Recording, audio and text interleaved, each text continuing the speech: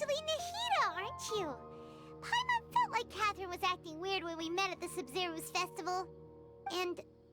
Dunyarzad, did you save her? It's a really long story. We shouldn't disturb her. Her consciousness is still weakened. Let's chat somewhere else. How about by the Traveler's favorite bench?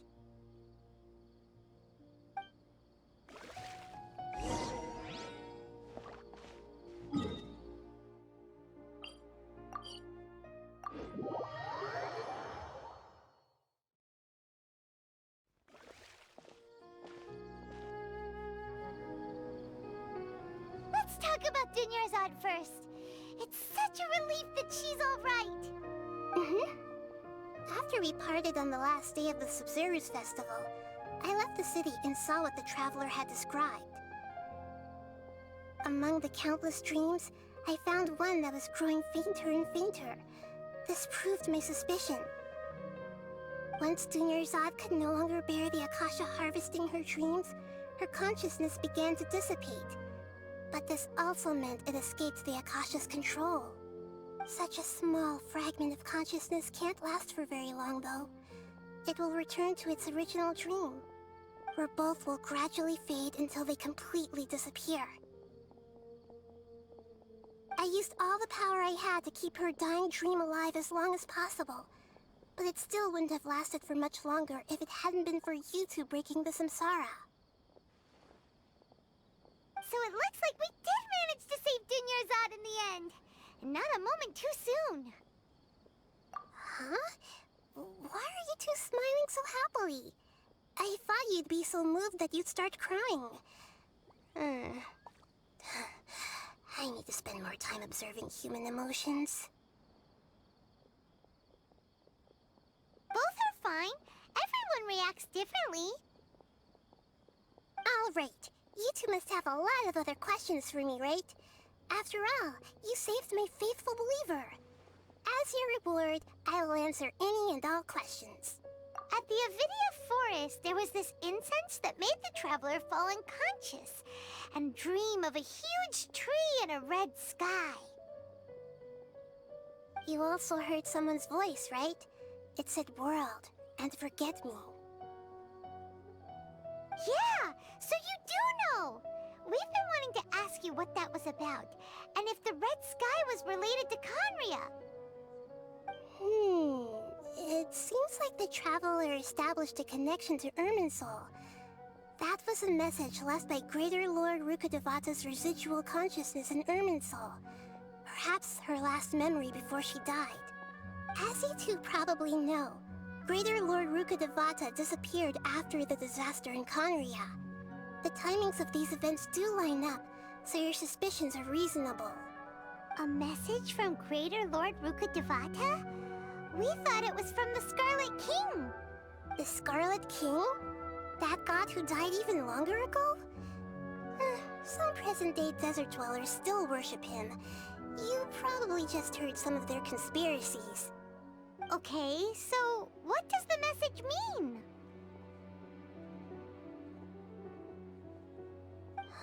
I still haven't managed to decipher it. Even the Akasha isn't currently capable of doing that. Greater Lord Rukkhadevata's residual consciousness in Irminsul seems to be contaminated with something that has a very dangerous aura to it. Many devoted scholars go mad as soon as they connect their consciousness. I've warned the Academia about this many times, but people still keep falling victim to it. But I believe this is the key to saving Irminsul. That's why I've kept trying to decipher it. So the tree in the vision was Irminsul? Oh, Tighnari also said that Irminsul is sick! Is it because of the contaminated consciousness? But even if you can't figure out what that vision was all about, it seems like our search for you was all in vain. The Traveler wasn't affected after coming in contact with that consciousness. I've never seen anyone like that. With you here, we may have a chance at deciphering it. No, we must decipher its secrets. I've already eliminated all other factors that might affect Irminsul. This is the only one left. This puzzle has life and death at stake. It could determine Irminsul's fate, as well as Teyvat's. To be accurate, I'm using the Akasha as a medium to occupy Catherine's consciousness. How did you do that? Poor Catherine. Does this mean you can also occupy other people's consciousnesses? Theoretically, I can enter anyone's mind as long as they're wearing their Akasha terminal.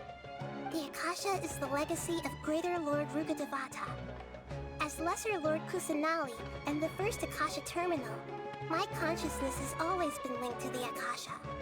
I've always respected my people's free will, so I've never actually occupied their consciousness. When necessary, I just borrow this bionic Snezhnayan puppet. Hold on. Did we just learn some deep, dark secret? So Catherine is... No wonder Paimon felt something was off about her. What about your own body? Why do you need to borrow other people's? Don't you live in the sanctuary of Surasthana? That story begins a long time ago. After Greater Lord Rukkhadevata disappeared, the sages found my newly born self and took me back to Sumeru. At that time, I was young and weak. The sages kept me in the sanctuary of Surasthana, ostensibly for the sake of protecting me. But I've hardly heard from them since. However, I do understand that they had hoped to find Greater Lord Rukkhadevata instead of me, a symbol of her passing. So, the sages basically put their new Archon under house arrest? How dare they! Why don't you teach them a lesson, Nahida? In some ways, they aren't wrong. Greater Lord Rukkhadevata was omniscient and omnipotent. Even after her death, the Akasha is still empowering this nation. And I'm still really far away from being able to call myself the God of Wisdom. Moreover, the Academia is also more proficient at governing this country. Yeah, you got a lot of believers. Just look at the Sub-Zero's festival. Everyone who showed up truly loves you. Thank you for the kind words. But I honestly don't need physical freedom as long as I can connect my consciousness to the Akasha. Trying to find a way to save Irminsul is my life's mission and top priority. I will work on that, and try to live up to being a deity in the meantime. Every once in a while, I will also take up the duties of the God of Wisdom and enlighten a lost soul here and there. Doing all that should be enough. There's never been any big problems with the Academia's governance of Sumeru. This is the first time I've seen them step out of line. I wonder what caused them to go down this path, and what they hope to achieve. Even though the city's residents haven't noticed anything strange, if the Traveler hadn't broken the Sub-Zero's samsara, the situation could have become dire. I tried to do some investigating in the Akasha, but I couldn't find anything suspicious. And all the people of interest seem to purposely avoid wearing their Akasha terminals. I think they're deliberately trying to hide something. Oh, that reminds Paimon. In Gandharvaville, there was a sage who had invited Tainari to join some kind of project. Could it be related? Regardless, I need to first investigate the sage's motives, make things right, and punish them if needed. But I'll have to be discreet, or they'll see me coming. You mean how the Akasha stops you from having dreams? Yeah, it's been such a long time. No one's noticed something's up? It's not that no one noticed. It's more like no one cared. Ultimately, it's all rooted in the sage's misdirection. Misdirection? The sages convinced everyone to believe that being unable to dream is a sign of rationality and wisdom. Not dreaming is a badge of honor in Sumeru, even if the truth is that their dreams are being reaped by the Akasha. With their propaganda in place, the sages can maximize their use of the Akasha to facilitate their research. Besides, Greater Lord Rukkhadevata must have created the Akasha in the hopes that it could be used to its full potential. That's why I've never come out strongly against this. Anyway, the perspective advocated by the sages drowned out any voices of doubt. By now, even those who never use Akasha terminals find it too shameful and embarrassing to talk about their dreams. Got it. I hope my answers were satisfactory, seekers of knowledge. To be honest, maintaining Dunyarzad's fading dream took a lot of mental energy. I think I may need to rest for a while. Oh, and you don't need to worry too much about the sage's activities for now.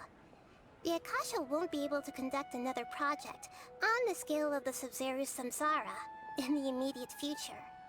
Go and get some sleep. Leave everything to us. What a relief. This is truly the most exhausting birthday I've ever had. Traveler? Paimon? Why am I here? Do either of you know? Maybe you were sleepwalking. You know you can't wake up a sleepwalker. We happened to walk by, so we thought we'd wait for you to wake up. I see. Huh. I should visit my maintenance personnel sometime. Oh, I'm fine. I better go. Thank you.